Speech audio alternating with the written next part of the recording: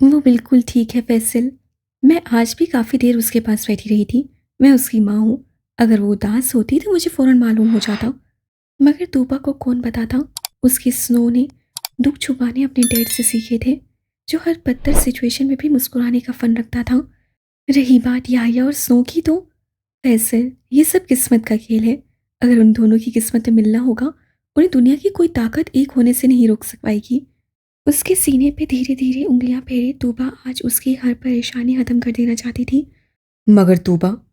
मगर कुछ नहीं फैसल। क्या आप आर्यन भाई और जारा अभी का वक्त भूल गए हैं? उनका निकाह किन हालात में हुआ था? मैं कुछ नहीं भूला तूबा, मुझे सब याद है। मगर डर सिर्फ इस बात का है कि मेरी शहजादी उदास ना हो। मैं उसे दुखी नहीं देख पाऊंगा। लहजे की बेबसी पर तूबा ने बेसाख्ता उसके माथे पर लब रखे। अल्लाह जी सब बेहतर करेंगे फैसल। हमारी स्नो बहुत मासूम है। उसे इतना बुरा दुख कभी नहीं मिलेगा, मुझे यकीन है। उसके कामिल यकीन को देखते फैसल भी सारी परेशानियों से खुद को आज़ाद करता मुस्कुरा दिया था। मैंने बताना ज़रूरी नहीं समझा, इसलिए नहीं बताया। उससे बेरूही से कहा। मामा, इतनी बड़ी बात हो गई और आप बोल रही हैं आपने बताना जरूरी नहीं समझा। याया सर पकड़े चिल्ला उठा। आहिस्ता आवाज में बात करो मेरी बीवी से याया। बेड पर बैठे फाइल का मुताला करते हमसा ने तीखी नसें उस पर डालकर कहा, जिसको किसी खातर में नहीं लाया गया। मामा, आप मुझसे नाराज हैं? शुक्र है अपनी माँ की नाराजगी भी याद आई। वो फिर बड़बड़ाया, जिसे याया ने फिर इग्नोर किया। हाँ, मैं बहुत नाराज हूँ तुमसे। मेरा दिल दुखाया था। तुमने सारा के पुरनम लहजे पर सोफे से उठते याया अपनी जन्नती कदमों में आ बैठा। अच्छा ना, सॉरी, मैं कान पकड़ के सॉरी बोल रहा हूँ। आप प्लीज रोए नहीं, वरना आपके खड़ूस शोहर मेरा कीमा बना देंगे। हमसा ने भन में सुकेड़ी। मैं जानता हूँ मैं उस दिन काफी ज्यादा बोल गया था, मगर मुझे हरगिज मालूम नहीं था कि पार्टनर वो सब सुन लेंगे। अगर मुझे ज़रा भी अंदाज़ा होता तो मैं उसी दिन, उसी लम्हे उनसे माफ़ी मांगता, और आपसे भी। मैं तुमसे नाराज नहीं हूँ बेटा, मगर फैसल हर्ट हुआ था। उससे कुछ कहा नहीं, मगर मैं जानती हूँ वो सुनो को लेकर बहुत पोसेसिव है। है, तुम्हारा साहबजादा भी कम पॉजेसिव नहीं है। हमसा के मतलब को समझती सारा मुफहिम सा मुस्कुराई। अच्छा मामा, उन्हें छोड़े, मैं कल पार्टनर से माफ़ी मांग लूँगा। और आप तो नाराज़ नहीं है ना अब? और सनो से कौन माफी मांगेगा? उससे भी मांग लूँगा। शाशा ने फौरन कहा, क्योंकि वो अपनी मामा की नाराजगी अफोर्ड नहीं कर सकता था।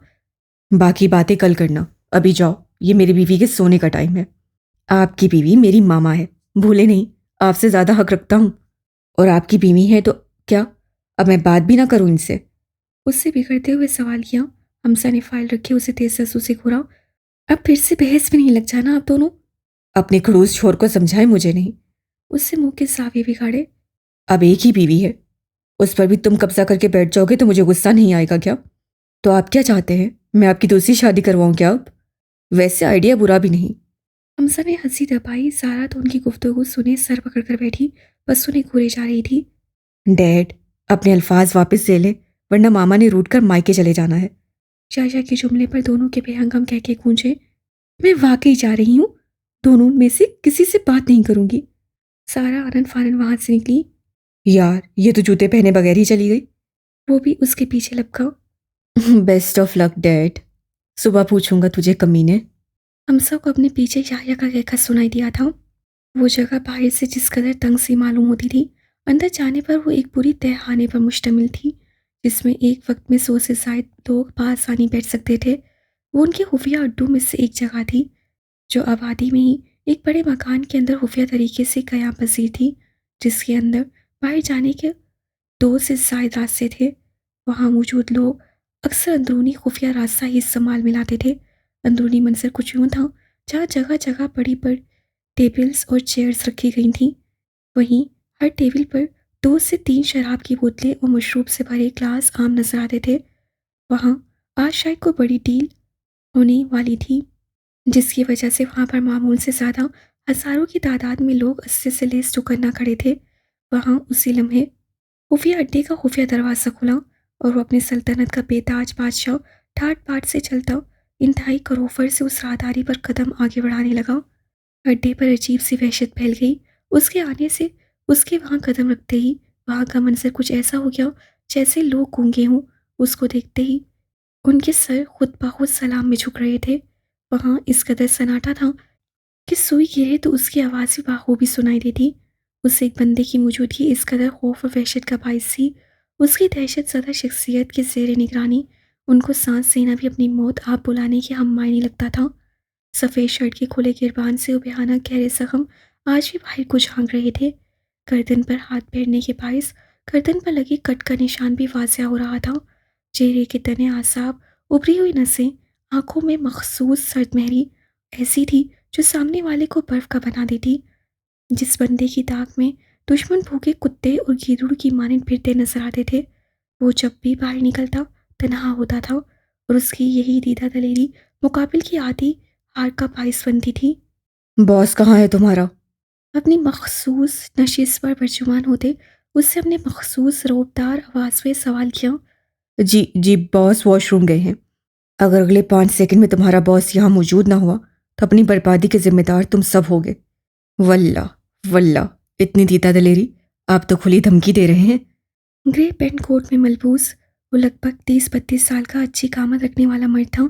सरसरी नजर उस पर डाले एचएम ने सिगरेट सुलगाई, धुआं उड़ाया, फिर इंतहाई इत्मीनान से कहा। मुझे सुस्त लोगों से नफरत है साकिब साहब। तब क्यों ना ऐसों को हमेशा के लिए नींद ही सुला दिया जाए।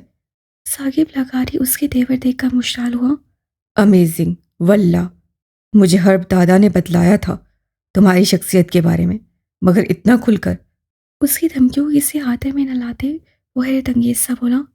तो ये नहीं बताया क्या हर्ब दादा ने कि मुझे ज्यादा बोलने वाले लोग नहीं पसंद? सिगरेट एस्ट्रे में मसलते उससे घूरा। जी जी।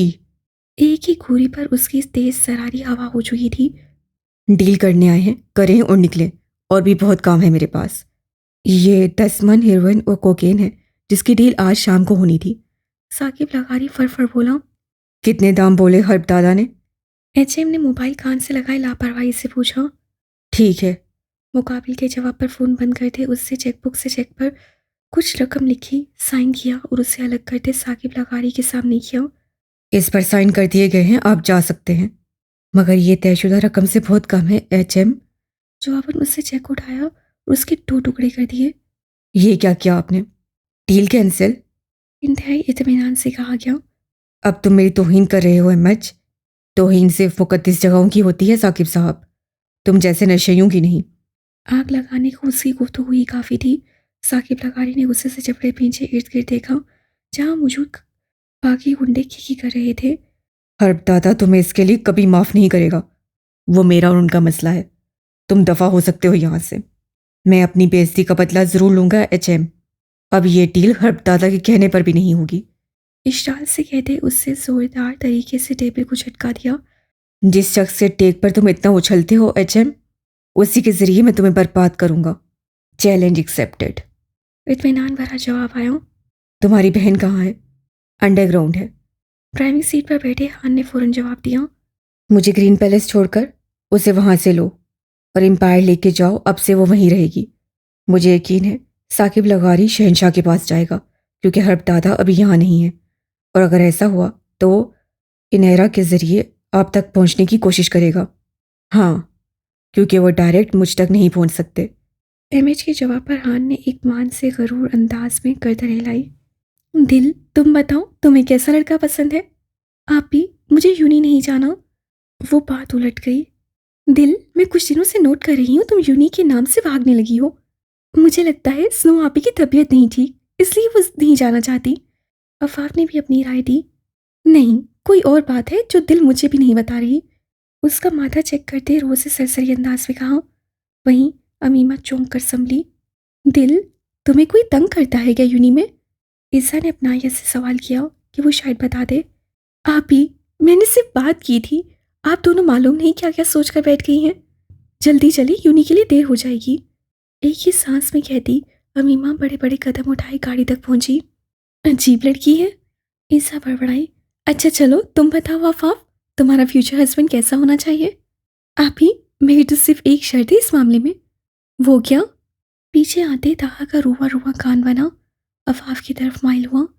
वालदेन के बाद उसकी फर्स्ट प्रायोरिटी मुझे होना चाहिए।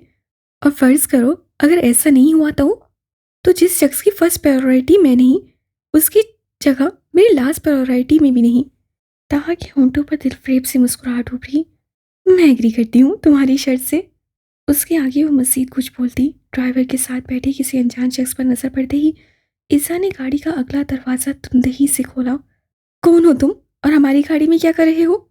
अहमद उसे हाथ के इशारे से खामोश करवाते हुशान एक रोफर से गाड़ी से बाहर निकला और अगले ही लम्हे उस बड़ी बड़ी झील नुमा गहरी नीली आंखों में वो खो गया। वो मबहूत से सामने खड़ी अप्सरा को देखता रह गया। उससे कई हुस्न देखे थे, मगर सामने खड़ी लड़की उसे कोई भटकी हुई परी मालूम हुई थी, जो परिस्तान का रास्ता भटक के उन जमीन वालों के पास आ पहुंची थी। उसके चेहरे की मासूमियत उसे उससे भरी आंखों को मात दे रही थी। शायद वो गुस्सा करने के लिए नहीं बनी थी, वो इतनी प्यारी थी, गुस्सा भी कर दी तब भी इंतहा की खूबसूरत और पुरकोशिश लगती थी। ऐसी खसूसियत अलबत्ता अहमद शुजा ने अभी तक किसी लड़की में नहीं देखी थी। परी, बेसाख्ता उसके होंठ मदम से सरगोशी में ढले। क्या बकवास कर रहे हो और हो कौन तुम? मेरी गाड़ी में बैठने की जरूरत कैसे हुई तुम्हारी? वल्लाह, इसका गुस्सा भी इसकी तरह दिलनशीन है। उससे आज तक कभी किसी लड़की के मुतालिक इतने बेबाक जुमले नहीं कहे थे, मगर वो बेहूदी के आलम में बोल रहा था। वो वाकई हुस्न और नज़ाकत की उस मर्तबे पर थी कि उसकी हिफाजत के लिए सिर्फ एक बंदा नहीं, बल्कि पूरी एक फौज का एहतमाम किया जाता। और बस उसकी आंखों की ठंडक यही तक की थी। अगले ही लम्हे आंखों में उठती जलन से बेहाल होते अहमद की पानी की पुकार की चीखें दूर लॉन में मोबाइल पर गुफ्तगू में मसरूफ खड़े ताहा की कानों में पड़ी। उस सीसा को देखा जो हाथ में चिली पेपर स्प्रे पकड़े खड़ी थी। रोज बच्चे, ये क्या किया आपने? भाई, ये मुझे घूर रहा था, वो शक बोली। वहीं अफाफ ताहा को वहां देखे स्नो की ओट में हो गई। मैं घूर नहीं रहा था। ताहा के सख्त तेवर देख अहमद ने जल्दी आंखों को मसलते फौरन कहा, ये झूठ भी बोलता है, मैं इसका मुंह तोड़ दूंगी। ईसा उस पर लपकती अहमद अपने बचाव को पीछे हटा। वहीं ताहा ने उसे काबू किया। बच्चे, ये आपका बॉडीगार्ड है, लड़ाई नहीं करो, वो आपकी हिफाजत के लिए है। ताहा के इत्तला पर उन तीनों ने सरता पैर उसे घूरा। ये कभी मुमकिन नहीं होगा। मोबाइल निकाले हुए गुस्से से चिंगारती साइड पर हुई। बाकी सब हैरत से उस चटांग भर की लड़की के बदलते तेवर देख रहे थे। डैड, मैं इस झूठे इंसान को अपना बॉडीगार्ड कभी नहीं रखूंगी। इससे बोले निकल जाए मेरी गाड़ी से, वरना मैं इसे शूट कर दूंगी। उसके एकदम से चीखने पर ऑफिस से बैठा आर्यन परेशानी से अपनी जगह से उठा। बड़े पापा को क्यों परेशान कर रही हो रोज? लाओ मुझे दो मोबाइल। अभी आर्यन कोई जवाब देता, ताहा मोबाइल कान से लगा चुका था। क्या हुआ है प्रिंसेस? उससे कुछ कहा है क्या आपसे? कुछ नहीं हुआ, वो बस देख रहा था। वो मुझे घूर रहा था भाई। हाँ हाँ, वही। उससे पहली बार इतने गुस्से में देखकर ताहा को भी तशवीश हुई, क्योंकि उसके सामने तो मासूम और छल्ली ईसा थी।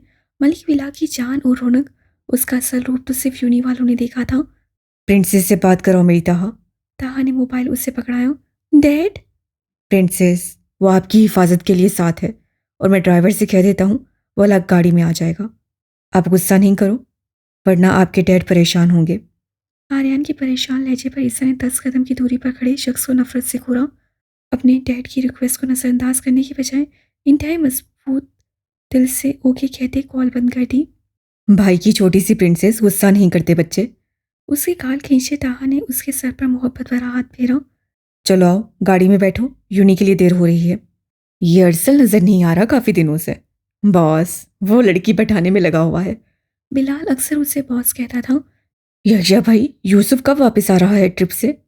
1-2 हफ्ते में वापस आ जाएगा, मगर मुझे ये बताओ, ये कौन सी लड़की की बात कर रहे हो तुम?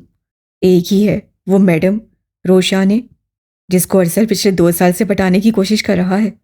एक तो ये लड़की इतना भाव खाती है जैसे दुनिया जहां का हुस्न खुदा ने उसे ही दे डाला हो। शहजी ने दांत पीसते कहा, तो वो दोनों हंस दिए। चलो फिर आ जाओ, अपने यार का बेड़ा पार लगाते हैं। वाकई? बिलाल खुशी के मारे उछल पड़ा। हाँ वाकई, मैं भी चलूंगा साथ। शहजी को साथ लिए वो लाइब्रेरी साइड पर पहुंचे। अभी वो लाइब्रेरी से जरा दूरी पर थे। उन तीनों की नजर एक साइड पर दायरे की शक्ल में बने हुजूम पर पड़ी। एवं प्राय फड्डे में पड़ने की जरूरत नहीं है, चल यहाँ से। याया को रुके देखकर बिलाल उसकी बाजू घसीटने लगा। वो कदम उठाता, उसके कानों में किसी लड़की की आवाज़ पड़ी। वो सरहद से रुका, उस सर बढ़ा। उन दोनों ने उसके बाजू पकड़े रोक लिया। भाई, ये जरूर शनावर का कोई फड्डा होगा, और तू जानता है हमें लास्ट वार्निंग मिली है, इसे रहने दे और चल यहाँ से। कमीने इंसान, वहां से किसी लड़की की चीखने की आवाजें आ रही हैं। वो मुसीबत में है और तू कह रहा है कि चलूं यहाँ से। हाँ तो क्या वो हमारी बहन लगती है? किसी की तो बहन लगती होगी, किसी की तो इज्जत होगी। तो यहीं रुक, मैं खुद निपट लेता हूँ। याया भी चिढ़ता आगे बढ़ गया। बिलाल भी उसके पीछे भागा। शहजी अरसल को बुलाने के लिए लाइब्रेरी की तरफ गया। छोड़ो मेरा हाथ, मैं नहीं जाऊंगी तुम्हारे साथ। जाना तो तुम्हें पड़ेगा लड़की, क्योंकि तुम्हारे बाप ने हमारा कर्जा देना है, जिसके बदले में अब तुम उसका लिया कर्जा मेरे तरीके से अदा करोगी। उसकी कलाई झगड़े शनावर हबासत से हंसा। पहले तो इसके भाई को अपनी बहन सौंप दे, फिर ये भी तेरे साथ चल लेगी। याया की गजबनाक आवाज पर वहां पल को खामोशी छा गई। तेरी हिम्मत भी कैसे हुई मेरी बहन के मुतालिक बात करने की? उससे गन निकालकर याया पर तान दी। तू जिसके साथ जबरदस्ती कर रहा है, क्या वो किसी की बहन नहीं है बेगैरत इंसान? इशार से कहते उसके बाजू पर दोहरा वार करते। याया उसके हाथ से गन झपट चुका था। तेरी तो मुंह क्या देख रहे हो, मार डालो कमीने को। खबरदार, अगर किसी ने मेरे भाई को छूने की भी कोशिश की। बिलाल और अरसल उसके सामने दीवार बन गए। बनाओ बनाओ, इस सरपंच के बिगड़े बेटे की वीडियो बनाओ शहजी, ताकि इसके गांव वालों को भी पता चले उनका मुंडा शहर में पढ़ने की बजाय और क्या करता है। शनावर के माथे पर बल नुमादार हुए। कैमरा बंद कर, वरना अभी अपनी इज्जत संभाल जानी, हमें बाद में उंगली दिखाना। उससे गाल थपथपाते याया उससे भरे मजमे में बेइज्जत करके रख दिया था। अपनी इस बेइज्जती को मैं भूलूंगा नहीं, ना तुझे भूलने दूंगा। या मीट, just wait and watch. Warn करते लोगों को चामगोयों करते देख वो वहां से निकलता चला गया। धीरे धीरे सारा हजूम खत्म हो गया। याया उसे बिल्कुल इग्नोर किए उस लड़की की तरफ आया और अपना कोट उतार कर उस लड़की के कंधों पर डाल दिया। आपका बहुत शुक्रिया। It's okay. मजीद कुछ कहे बगैर वो अरसल और बिलाल को लिए वहां से निकल आया। अब बस दुआ करो वो शनावर कमीना प्रिंसिपल तक ना जाए। चला गया तो क्या होगा? बंदा डक लेने आ, घरों चुक लेने आ। बिलाल के जुमले पर अरसल ने उसे घुरी से नवाजा। क्या जरूरत थी इस मनहूस फड्डे में पड़ने की? तू तो चुप ही कर जा, 2 साल से एक लड़की नहीं पटाई गई, मुझे ज्ञान देने पहुंच गया। चेयर सीट का बैठे याया ने उसकी अच्छी खासी कर डाली। वो मुंह मसोर गया। दिन के 12 बज रहे थे। इस वक्त उनकी केमिस्ट्री क्लास का वक्त होता था। मामूल के मुताबिक आज भी सब वैसा ही था, मगर सवाए अमीमा शाह की बिगड़ती कैफियत के क्लास में उसकी किसी भी लड़की से खास दोस्ती नहीं थी। लड़का तो दूर की बात थी, मगर फिर भी वो हमेशा डरी सहमी सी रहती थी। आज ही वहाँ कुछ ऐसा ही मंजर था। माथे पर नन्हे नन्हे पसीने के कतरे चमक रहे थे। हाथों की उंगलियों को एक दूसरे में पेविस किए वो लपकाटी इंतहाई नर्वस और डरी सी क्लास में पीछे एक सीट पर दबकी बैठी थी, जैसे किसी से छुप रही हो। क्लासरूम का दरवाज़ा खुला। केमिस्ट्री की टीचर ने क्लास में कदम रखा। क्लास में मखसूस खामोशी छा गई, क्योंकि वो सब तबीयत के मालूम होते थे। गैर ज़रूरी बातें और हरकतें उनकी बर्दाश्त से बाहर होती थीं। 35 साल उम्र के सोबर से दिखने वाले वो उनके केमिस्ट्री के टीचर थे, जिन्होंने क्लास में आते ही अपनी चील जैसी नसें इर्द गिर्द घुमाई। ममनुआ इंसान की मौजूदगी पर उसके चेहरे पर मकरूर मुस्कुराहट उभरी, जैसे वहाँ मौजूद सिर्फ एक शख्सियत पहचान सकी और अंदर तक लर्ज उठी। आज ही क्लास शुरू करने से पहले वो स्टूडेंट खड़े हो जाएं जो कल ऑफ पर थे। Hurry up. उनकी तेज आवाज़ पर अमीमा डरते हुए उठ खड़ी हुई। उसके अलावा और कोई भी वहाँ ऑफ पर नहीं था। लेक्चर के बाद मेरे ऑफिस में तशरीफ लाइएगा, अभी बैठ जाए और लेक्चर सुने। उसे कुछ बोलने का मौका दिए बगैर अपनी कहते उससे लेक्चर स्टार्ट कर दिया। यस, कम इन। भारी आवाज़ कानों में पड़ते ही अमीमा ने गहरा सांस लिया और ऑफिस का दरवाज़ा खोले अंदर दाखिल हुई। बैग को मजबूती से मुट्ठियों में जकड़े उससे बोलने के लिए हिम्मत मुजतमा की। कल किससे पूछकर छुट्टी की थी तुमने? टोन ऐसी थी जैसे सवाल पूछने का हक दस्तियाब हो। मेरी तबीयत खराब थी। मैंने क्या कहा था? मर भी रही हो तब भी यूं नहीं आना है, वरना। अपनी चेयर से उठते हुए गंभीर लहजे में कहता उसकी तरफ बढ़ा। मुझे माफ़ कर दे, मैं आइंदा ऑफ नहीं लूँगी। उससे करीब आते देख अमीमा उल्टे कदम लेती खौफ से दो चार होती बामुश्किल बोल पा रही थी। गुड गर्ल, तुम्हारे लिए यही बेहतर है कि तुम मेरी बात मानो, वरना जो होगा उसके बाद तुम कहीं भी मुंह दिखाने के काबिल नहीं रहोगी। उसकी सरसराती उंगलियों का लम्स अपने बाजू पर महसूस करते और इतनी नज़दीकी पर आंखें मीच कर खड़ी अमीमा का तनफ्फुस बिगड़ने लगा। उससे मुकाबिल से ज़्यादा अपने आप से घिना रही थी, जो उसे मुंह तोड़ जवाब देने की हिम्मत तक नहीं रखती थी। प्लीज़ मुझे जाने दे, प्लीज़ सर।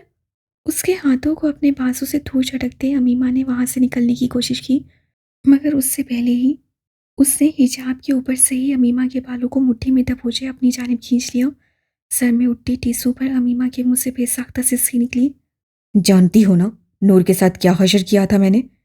अगर अपना अंजाम वैसा नहीं चाहती तो चुपचाप यूँ नहीं आया करो। उसके बालों पर गिरफ्त मज़ीद सख्त करते वो वहशत सा उसके मुंह पर अपनी गर्म सांसों को बिखेरे गलासत पक रहा था। साथ ही हाथों की हरकत उसके हाथों पर बरकरार थी। अमीमा का दिल चाह ज़मीन फट जाए और वो उसमें समा जाए। वो इतनी ही डरपोक और बुज़दिल थी कि अपनी हिफाजत आप तक नहीं कर पा रही थी। मुझे जाने दे। उसके हाथ से कलाई छुड़वाते वो ज़ारों कतार रो रही थी, मगर उस हवस परस्त इंसान के नफ्सी तकसीम शायद अभी मुकम्मल नहीं हुई थी।